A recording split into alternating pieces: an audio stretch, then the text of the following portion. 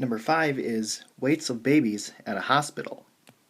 And this would be quantitative because you can measure how much a baby weighs. Number 6 is wait times at a grocery store. And this is also quantitative because you can measure it.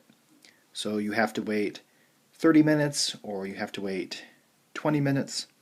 So this can be measured. Number 7 is species of trees in a Pacific forest. And that would be qualitative because it's not measuring anything.